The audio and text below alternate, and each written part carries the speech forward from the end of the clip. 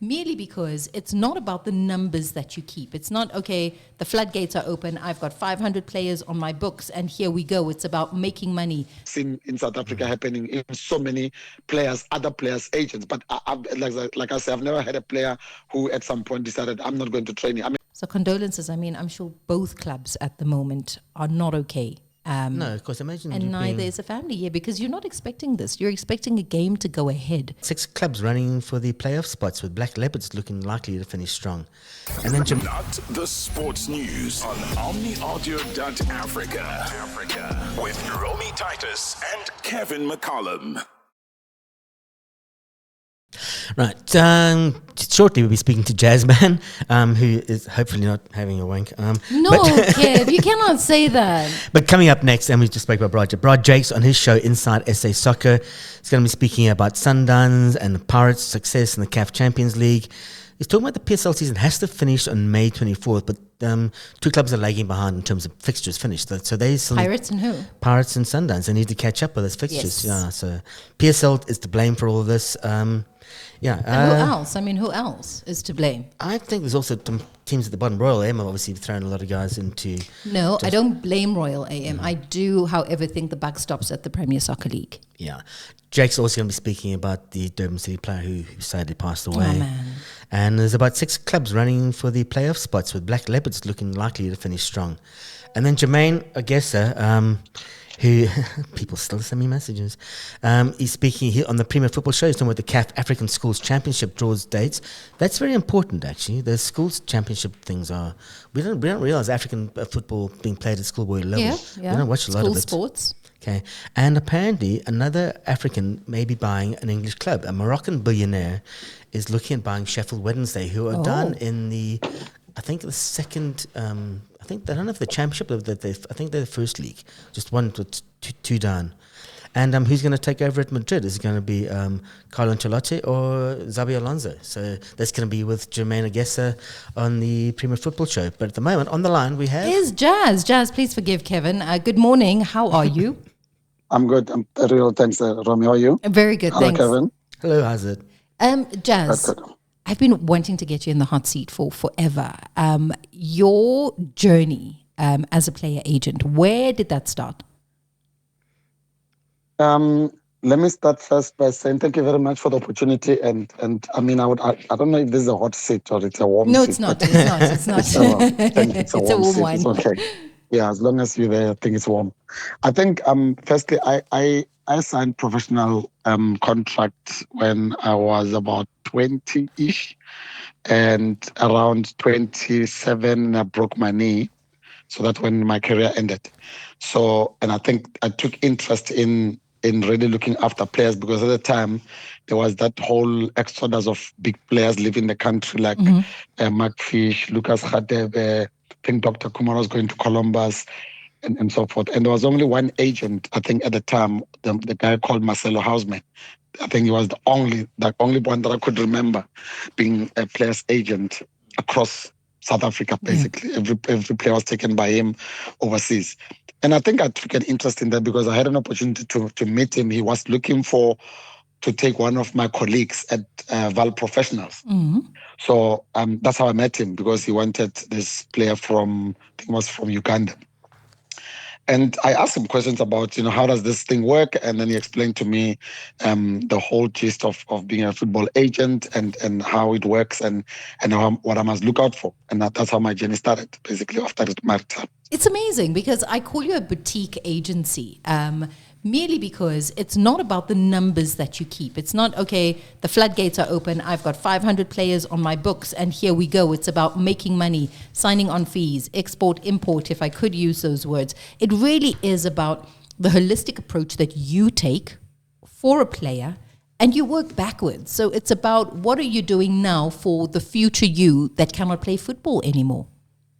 I'm glad you said that, and thanks for your kind words on the model that I've used. So of all the players that I would have managed from the time that I started, I mean, some of them are now retired and they're into other spaces, is that I took a very conscious decision to say, if I get involved in the space, surely there has to be some kind of a change in the lives of these players, because I've already seen and I've followed through the history of players who retired even before me and who retired even before me. I mean, you can go back to history and check those players. Some of them, either they passed on, as paupers. Some of them are still struggling as it is. And the simple thing around this thing is that players retire at the age of, give and take, 35, 36. And now with people living longer because they live healthy, they go to the gym. So you've got another 35 years to live without a salary if you don't have anything to fall back on. So I then said, okay, so part of what my agency will do is to do the approach of holistically looking at the player's financial situation. The family background also plays a very big part, which if I break it down, it's very simple. You've got aunties, you've got uncles, you've got nephews, because the minute you hit it big, everybody else now start literally leeching on you. Because everybody, the uncle or the aunt's son now sees you as this uncle that has got money because you're on TV, which means now everybody starts just eating from that little pot. And the problem with footballers is, because of the stature and the type of space they're in, they can't say no. They want to be playing to be able to afford, whereas they don't. They don't afford, because I know how much they earn, I know how much they make, and therefore you try to cut those kind of elements so the player can focus on his football. And people will say, but yes, your players are so disciplined at this and that. That's the conversation I have with my players in the boardroom, to say this is what must happen and this will not happen. And I make it very clear to the family that this is not going to happen. And I think that's where the relationship becomes so good, because they know that my best interest of managing their son or their nephew or whatever is to make sure that he's okay beyond football. Jazz, let's go to the black and white, because obviously you manage Themba Zwane, for example. We saw him back on the pitch this weekend. Yeah. Great player. I mean, there has been word around, is he signing, is he not signing? Let's go to that black and white, Actually, you can answer, has he signed, and how long has he signed for with Sundowns? Okay, so he signed, but I mean, also it's something that it was natural progression on that, because we had 3-year contract plus 1+1. So that's how they structure the contracts. So last year they exercised the first option. So we were left with one option. Now, during the time that you've been harassing me about Themba, that's when I was saying to you, no, it's happening. The only thing is, remember, Themba then got injured at the national team. Yes. And I knew it at that point that we are on a touch and go here, because Themba is 35 and he gets Achilles injury and so forth. And normally it's a very sensitive injury for a player at that age to come back. So I think it was a question of them seeing if he will be able to come back, because I knew for a fact that with the national coach wanting Themba so bad back in the national team, that automatically told me that they need him as well for Champions League or the Club World Cup.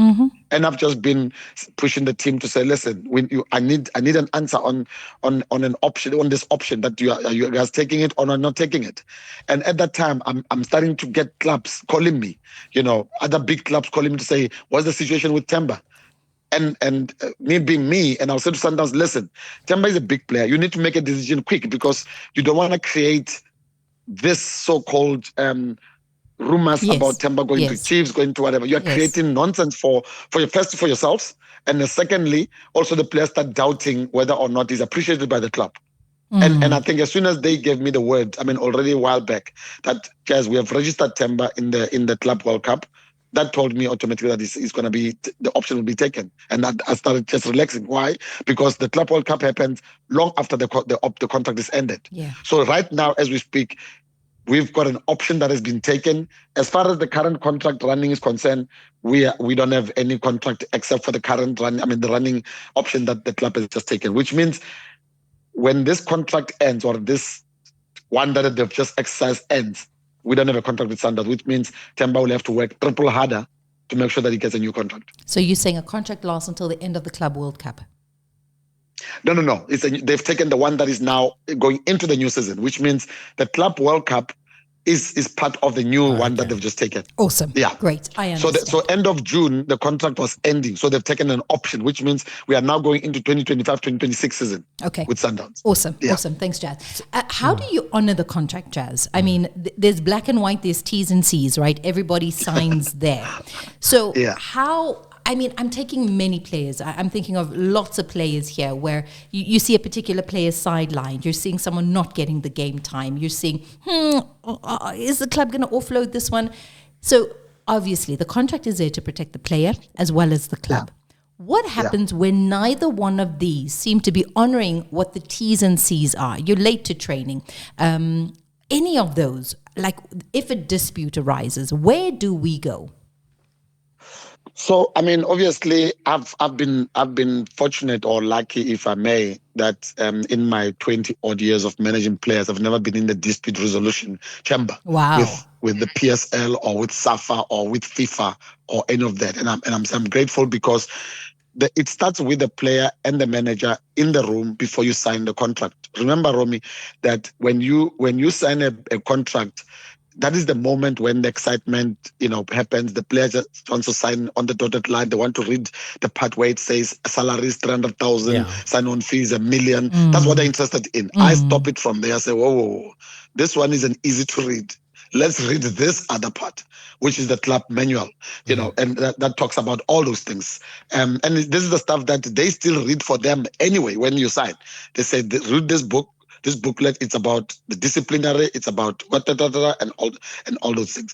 But I think the clubs have been very lenient in not enforcing those kind of things because it's almost like it's allowed that when the player wants to leave, maybe one club is whispering stuff in his ear. The player just decided not to go to training because somebody else is starting to say, no, don't go. They will fire you and then you can then join us. Or they will fine you and then eventually just tell them you want to leave. Which is the practice that I've seen in South Africa happening in so many players, other players, agents. But like I said, I've never had a player who at some point decided, I'm not going to training. I mean, I can give one example. When Teko Modise had a most tough time at Pirates, he slogged it. He went to training. He dragged himself to training. You got to show up. Yeah, he kicking and screaming because I said to him, my friend, you've got a contract. And you've got an employment contract with the club. Yeah. And part of what you are risking is the club can actually ban you. You may not play football at all because FIFA does support that statutes that you want to play. The club sanctions you not to play, you won't play. You can literally end your career by yourself by choosing not to go to work. It's going to work. You have to go to work. Regardless of how you feel, you have to go to work. Correct. I love that. Correct. Yeah. Jazz, we're going to leave it there. We are going to have part 2 of this and hopefully part 3 when you come into studio. Please don't let me harass you. Thank you so much. Thank you for your time today. Much appreciated. Cheers, Jazz. Thank you so much. You're more than welcome. Thank you, Thanks, Jazz. That's Jazzman there chatting to us. But I like what he says. He's over 20 years and his players are disciplined, man. They really are. Like you mentioned, Teko Modise, there's a Happy Jele that has come through here as well. But then there's, on the other one, there's Emil Baron who basically had to have his Norwegian club raise money for him. There's Benedict Velakazi. There's I think Steve the Norwegian Leclerc, club raised money for him to buy a house. Yeah. I think also that he had a dispute which went through to the South African Football Players Union, which then had to go to a DC. However, he filed that complaint too late for it actually to be heard and seen. Man. So when I also went down that rabbit hole, that is what I realized. And obviously there was drug abuse involved, etc. Actually, that's a story in itself. Well, there's Dina and Glover. I think this is Dina Glover told City Press a while back, said, what makes a lot of footballers go broke after retirement is that they keep living the same lives they lived when they're getting a regular salary. And, it takes maturity. Scale down. You got to scale down. Sell the BMW. Scale down. One girlfriend. No, I'm teasing. 2 wives. Yeah. A girlfriend and a wife. We're talking nonsense. Rather just have a wank. Just have a wank. No, stop it. Until tomorrow, cheerio. Not the sports news on OmniAudio.Africa with Romy Titus and Kevin McCollum.